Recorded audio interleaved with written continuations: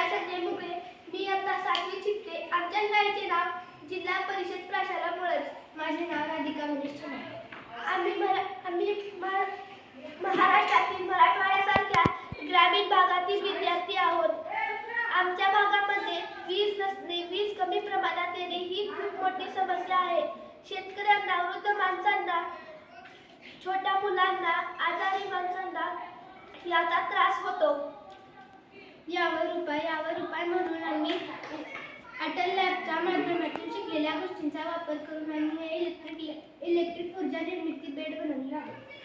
लागणाऱ्या साहित्याचा वापर आम्ही एक बेड घेतला आहे.